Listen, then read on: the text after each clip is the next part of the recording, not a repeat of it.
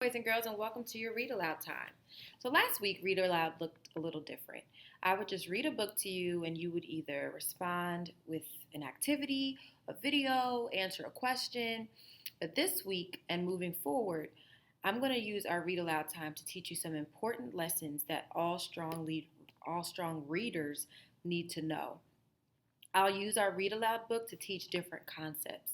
So this week in ELA, the things that we're going to focus on, the concepts we're going to focus on are retelling and finding the moral of the story. By the end of the week, my goal is for my students to be able to say, I can retell a story in sequential order and I can tell the moral of the story. So let's get deeper into that word retell. Retelling is a strategy that readers use to remember stories and remember information longer. Readers have two jobs when they're reading. The first thing is to decode the words or figure out what the words actually say. And the second thing is to draw meaning from those words or know why those words were important or what you're reading, whether it's a story or information that you're supposed to be learning. You want to be able to retell what you read. So I'm going to use this book. This is one of my favorite books. It's called Trust Me, Jack's Beanstalk Stinks. I'm going to use this book to help you learn how to retell stories and to find out the moral of the story. There are several different books just like this, and I'm going to read all three of them this week. But we're going to start with Trust Me, Jack's Beanstalk Stinks. Watch me as I read to you and retell what happens in this story. Trust me, Jack's beanstalk stinks. A lot of us know the story of Jack and the beanstalk, but this story is from the perspective of the giant, which means the giant is telling his side of the story. So let's see. Trust me, Jack's beanstalk stinks. People think it's easy being a giant. You get to be rotten, grumpy, and loud. You're big and tough. You have gobs of treasure. And nobody tells you to behave.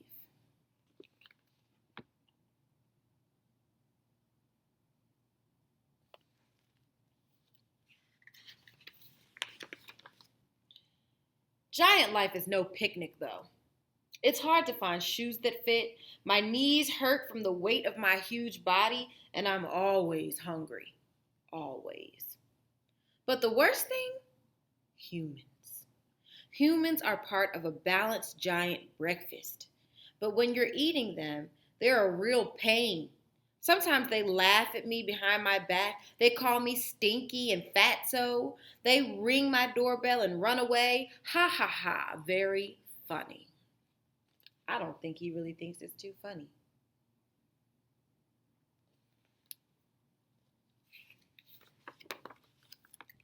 The boy named Jack was extra bold. He came up through the clouds one day while I was out gathering a small breakfast. He tricked my wife into feeding him, then hid inside my house. I mean, come on.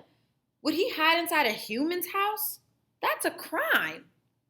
So now I'm going to do a stopping point and a checkpoint, and I'm going to retell some of the things that happened so far in the story just so that I remember while I keep reading.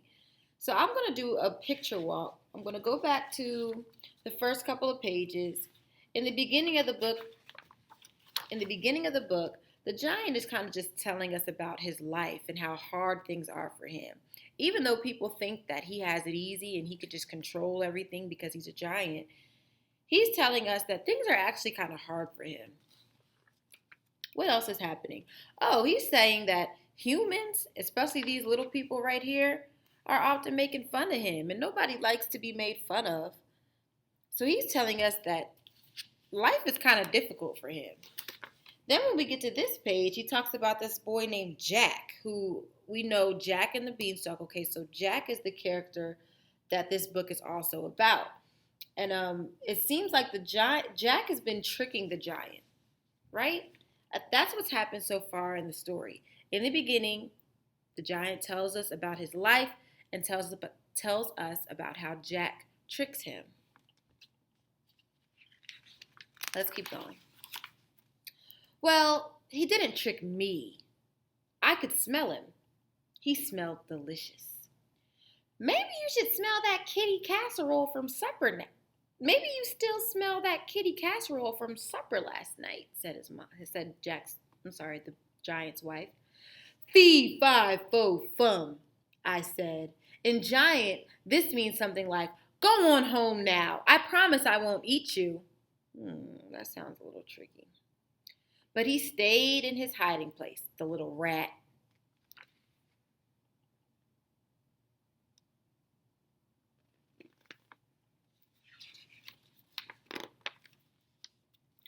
After breakfast, I took a nap, like I always do. Eating makes me tired. And when I did, Jack stole a bag of gold. Humans, nutritious and sneaky. Uh-oh. I'm going to do a little stop point and make a mental note. Jack stole something from the giant, so of course the giant's going to be kind of mad at him or upset. Jack is stealing from him. Do we see that in the picture? Uh-oh. Right here.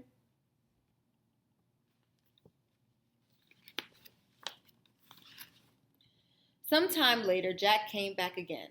And again, he tricked my wife into letting him inside. When I came home from picking up a light breakfast, I could smell him. I knew who it was. Maybe you still smell that little dude's stew from supper last night, said his wife. Fee, fi, fo, fum, I yelled.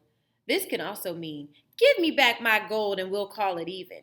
I definitely won't eat you. But he didn't come out.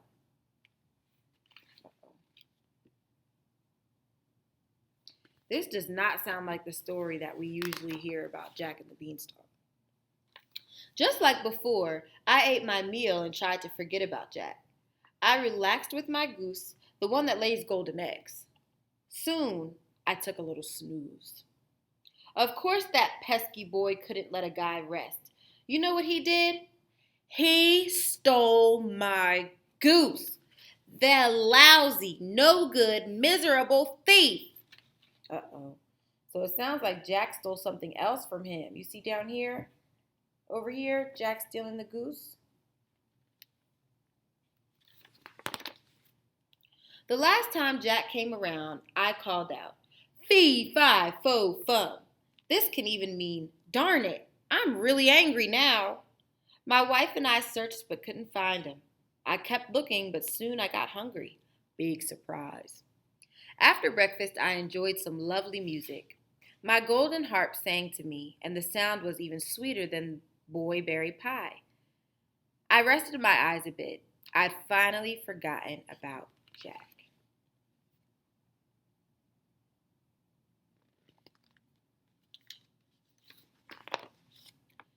The next thing you know, my harp is calling. Master, master! Jack was running off with it, and I thundered after. I almost caught up to them, too, but they disappeared into the clouds. And there it was, a big beanstalk. Jack was climbing down it. Well, I'm a smart guy. I know a dangerous thing when I see it. I didn't want to go down there. No way! But then my harp called out again. So down I went. Down, down. That stalk was wobbly, but I kept going.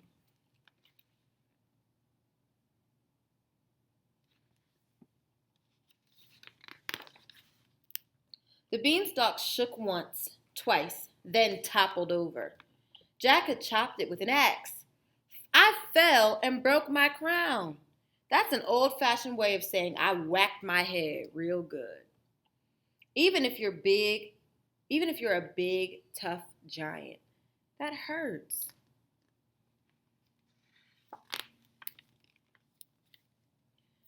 My wife said I should forget about Jack. But sometimes I still look through the hole in the clouds. Jack and his mother got rich selling golden eggs. They fattened up nicely, and Jack got married. My golden harp sang at the wedding. It was a lovely party. I'll tell you one more thing. Someday, when my crown feels better, I'm going down there to get my stuff back. Maybe I'll grab lunch while I'm there, too. Ooh. That's the end. So boys and girls, I want you all to give it a try and try to retell this story. I would love for you to write it, but if you have to record a video first and then maybe write what you recorded, that's fine. But I want to see your response. I need you to retell this story. You can go back and listen to me read it some more if you kind of forget what happened. But tell me what happens in the beginning of the book, the middle of the book, and the end of the book. And that will tell me how you're coming along with retelling stories. I hope you enjoyed the story, and I can't wait to see your responses.